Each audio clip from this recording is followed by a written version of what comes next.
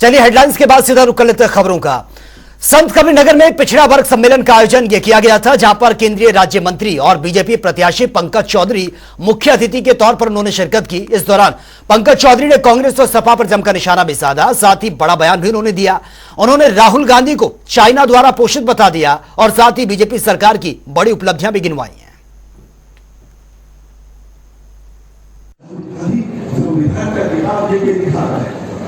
संविधान का किताब कलर में कौन सा होता है पता है आप लोगों को?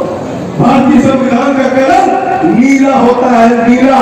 और राहुल गांधी जो संविधान दिखा रहे हैं, लाल संविधान चाइना का होता है, चाइना से पोषित होते हैं राहुल गांधी। आज संविधान की बात कर रहे हो आप। भारतीय जनता पार्टी हर समाज की इज्जत करती है, हम हिंदू मुस्लिम की बात नहीं करते हैं। आज हमारा अवसर आया है तो हिंदू भी बढ़ रहा है, मुसलमान भी बढ़ रहा है, जो बात आज देश का कौन बढ़ाने का काम कर रहे हैं। उसी मेरा निवेदन है कि देश में दो धुरी है, एक तरफ नरेंद्र मोदी है, एक तरफ चेहरा आप देखेंगे तो गूगल मारिएगा तो 10,000 करोड़ का घोटाला सबके नाम से 10,000 करोड़ का घोटाला। और वहीं आगरा विकास प्राधिकरण की ओर से ताजमहल के येलो जोन में आधुनिक तकनीक से लैस 16 स्मार्ट पोल लगाए गए हैं, जिससे कि सीसीटीवी की मदद से ताजमहल के येलो जोन में होने वाली हर एक्टिविटीज पर नजर रखी जा सके। और इसी को लेकर एसीपी ताज सुरक्षा से खास बातचीत की हमारे संवाददाता ब्रज किशोर शर्मा ने यह रिपोर्ट देख लेते हैं। विश्व प्रसिद्ध इमारत ताजमहल को देखने के लिए रोज हजारों पर्यटक आते हैं। उन्हीं पर्यटकों की सुरक्षा के लिए ताज सुरक्षा पुलिस द्वारा लगातार कदम उठाए जाते हैं। अब ताज सुरक्षा पुलिस ने स्मार्ट कंट्रोल रूम बनाया है, जिसके जरिए पर्यटकों की सुरक्षा पर की निगरानी की जाती है और तमाम जो जिम्मेदारियां हैं वो निभाई जाती हैं। इसी जानकारी के लिए हमारे साथ हैं ताज सुरक्षा सर, किस तरह से स्मार्ट कंट्रोल रूम बनाया गया है, किस तरीके से पर्यटकों की सुरक्षा पर ध्यान रखा जाता है? देखिए, ताजमहल के वेस्ट गेट और ईस्ट गेट को मिलाकर जो येलो जोन का क्षेत्र है, इसमें लगभग 16 पॉइंट्स पर स्मार्ट पोल्स एडीए द्वारा स्थापित किए गए हैं। इन स्मार्ट पोल्स पर CCTV cameras, public address system की सुविधा उपलब्ध है। इन सुविधाओं को हमने अपने कंट्रोल रूम से कनेक्ट किया है।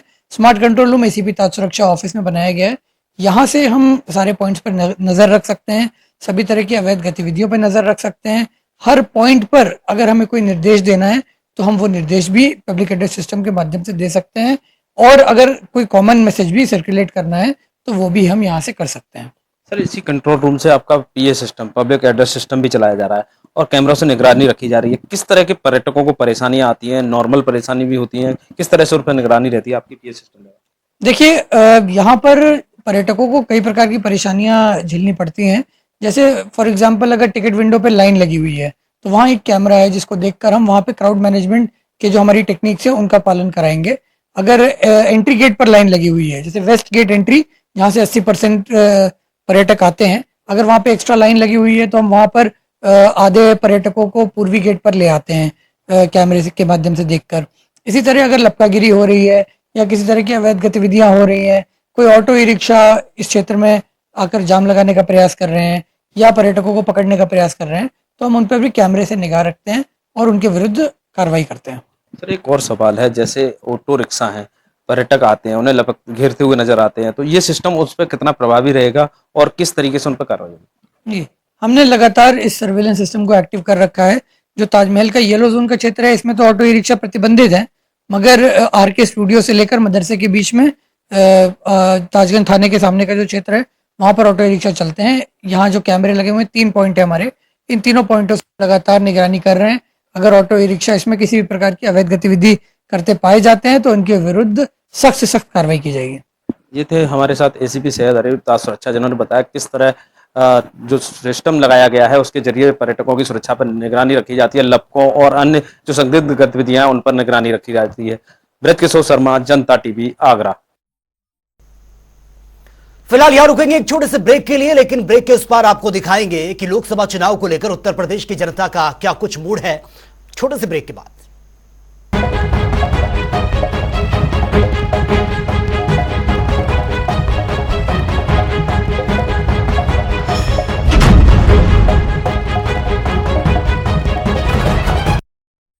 होता है वहाँ कीचड़ जरूर उछलते हैं। जब ऊंचाइयों पे जाना होता है तो नीचे खींचने वाले बहुत लोग होते हैं।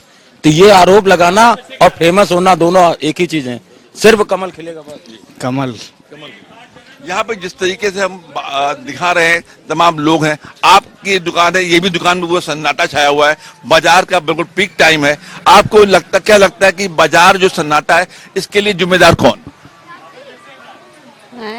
क्या बोल रहे हैं, कोई जिम्मेदार नहीं है कि पहले बाजारों में भीड़ होती थी, अब बाजार में भीड़ कहाँ है? जी, इससे में नहीं होती भीड़, जी नहीं होती है। आपको जिसमें ब्रजभूषण सिंह के लड़के चुनाव लड़ रहे हैं, करण भूषण सिंह, उनके सामने विपक्ष में सबसे मजबूत कैंडिडेट दिखाई देता है तो मिश्रा जी दिखाई दे रहे हैं, भगत मिश्रा जी। कौन किस की बारी किस की होगी? करण भूषण की होगी। देखिए, लगातार जैसे बात हो रही है लोगों से, तो लोग बात कर रहे हैं कि वो तरह तरह की समस्याएं हैं, लेकिन वो ये स्पष्ट कर देते हैं कि जो चुनाव है वो ब्रजभूषण के बेटे और क्या नाम करके भगत मिश्रा के बीच में है। भगत मिश्रा जी और भगत मिश्रा मैदान में है और करण भूषण है, दो पहलवान मैदान में। करण भूषण को दिया जाएगा। आखिर क्या है इनमें ऐसी खास क्या, वो पहले से है, यहाँ बहुत दिन से है। उनके पिताजी थे, उनके पिताजी यहाँ पहले थे, विभूषण जी, और आज से नहीं आएगा, उनके अलावा कोई नहीं आएगा। वो जो दूसरा प्रत्याशी है वो उसका कोई जानता नहीं, कोई नाम ही नहीं जानता है, हम लोग जानते ही नहीं। गुफरान इम्तियाज गुफरान इम्तियाज भी लगातार कह रहे हैं कि उनका कोई मुकाबला नहीं। युवा प्राणी बैठे हैं। अब की बार यहाँ के चुनाव में रोजगार मुद्दा होगा नहीं होगा? रोजगार मुद्दा ऐसा नहीं कि नहीं होगा, पर जो आप ये कह रहे हैं एंटी पार्टी में, उनको तो कोई जान ही नहीं रहा भगत राम मिश्रा कौन है। हाँ, उनको कोई नहीं पहचान रहा अभी। तो अब के मतलब बेरोजगारी, महंगाई, ये सब मुद्दे नहीं होंगे? होंगे मुद्दे, ऐसा है कि नहीं होंगे। इनके आधार पे वोट पड़ेगा नहीं पड़ेगा? पड़ेगा, इन्हीं के आधार पे पड़ेगा। तो कैसे रिपीट होगा? गवर्नमेंट बनने के बाद जो है रोजगार बढ़ेगा। पिछली बार 10 साल से नहीं बढ़ा? नहीं, क्यों नहीं बढ़ा? क्यों नहीं बढ़ा? आपको रोजगार मिल गया? बिल्कुल रोजगार मिल गया। क्या रोजगार? हम लोग नौकरी करते हैं। कहाँ पे करते हैं? यूपीपीसीएल में। जी, देखिए, लोगों को निश्चित रूप से रोजगार मिल रहा है जैसे इनका दावा है। और संविदा पे है, हम लोग संविदा पे है। हो सकता है इसकी गवर्नमेंट बने तो हम लोग को परमानेंट किया जाए। ये बीजेपी के बहुत बड़े सपने। देखिए, एक बहुत बड़ी दुकान है यहाँ पे, बहुत से कपड़े की दुकान है, लेकिन कपड़े की दुकान में भी दोपहर के लगभग 11:30 बज चुके हैं, तो दुकान में सन्नाटा है। भैया आप बताइए, अब की बार करण भूषण और भगत मिश्रा कौन आगे? अब भाई देखिए, जो वादे हो रहे हैं, जो अपना काम करेगा वही होगा। ठीक है, अभी तक तो जो चल रहा था खैर ठीक ठाक, कोई दिक्कत नहीं थी। अब एक ही पार्टी है सामने, अब दूसरा तो कोई इतना अभी वो है नहीं। दुकानों में भीड़ क्यों नहीं है, सन्नाटा क्यों? इस टाइम थोड़ा सन्नाटा चल रहा है, सहालक डाउन हो गई है। के लिए जिम्मेदार कौन है? सहालक डाउन हो गई, इसलिए काम कम चल रहा है। केवल सालक में भीड़ होती है, बाकी नहीं होती है। इस टाइम तो वैसे ही लोग परेशान हैं, काम कम हो रहा है और क्या। काम कम होने के लिए जिम्मेदार कौन? अब जिम्मेदार का, अब सहालक लोग उसमें किसानी खेती में कटाई पिटाई पे चल रहे हैं, तो इस टाइम थोड़ा सा बिजी हैं।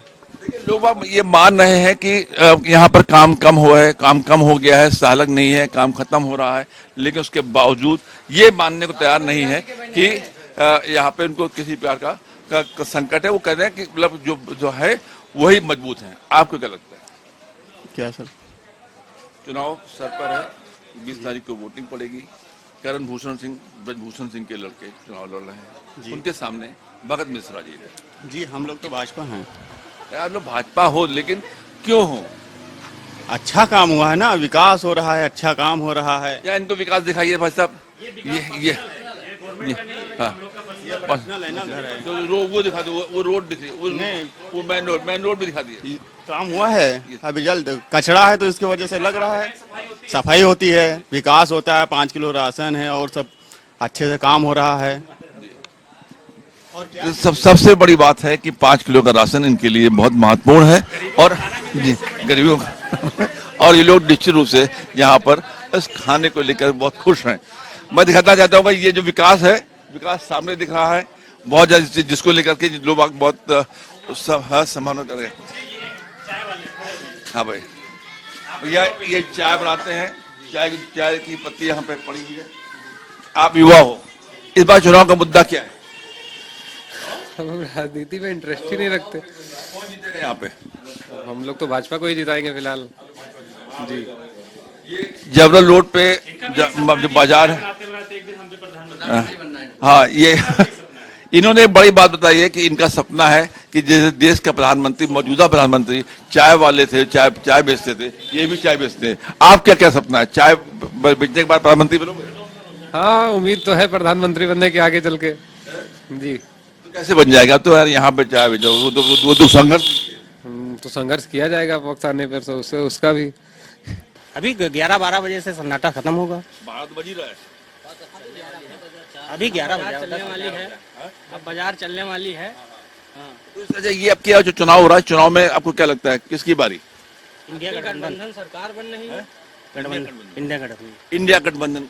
और जो कैसरगंज में जो लड़ रहे हैं चुनाव, तो हाँ, करण भूषण जो ब्रजभूषण के लड़के हैं, उनका क्या स्थिति रहेगी? अब स्थिति उनकी अपनी अपनी है। भगत राम मिश्रा का सपोर्ट हो रहा है। 2 लाख वोट से आगे चल रहे हैं भगत राम मिश्रा। अब से उनको विजयी बनाएंगे हम लोग। बस वही भगत राम मिश्रा, हमारे यहाँ से तो वही जीतेंगे। अब की बार रोजगार और बेरोजगारी, महंगाई मुद्दा बनेगा नहीं बनेगा? मुद्दा बना है, सिर्फ कुछ होता नहीं है उस पे। वोट उसके आधार पर मिलेंगे नहीं मिलेंगे? नहीं, बहुत मुश्किल है इस बार तो। साइकिल ही यहाँ से आए, साइकिल ही चलेगी इस बार। यहाँ पर साइकिल देखिए, निश्चित रूप से जो आप देख रहे हैं कि हर प्रकार के लोगों के बयान यहाँ पे आपके सामने आ रहे हैं, जो बार बार बता रहे हैं कि चुनाव में जो मुद्दा है वो ब्रजभूषण के जो आरोप लगे हैं उनके जनता तैयार नहीं है। जनता कहती है वो आरोप फर्जी है और वो उसको कोर्ट भले ही तय करे, लेकिन जनता कहती है जो आरोप फर्जी है। और वहीं दूसरी ओर ब्रजभूषण के सामने, उनके लड़के करण भूषण के सामने जो कैंडिडेट है भगत मिश्रा के वार्के के समर्थक कहते हैं कि वो लंबे मार्जिन से आगे चल रहे हैं। दोनों में संघर्ष बराबर का चल रहा है। ये तो 4 तारीख ही बताएगी कौन जीतेगा। कैमरा पर्सन रियाज के साथ अनिल कैमकुर, कैसरगंज।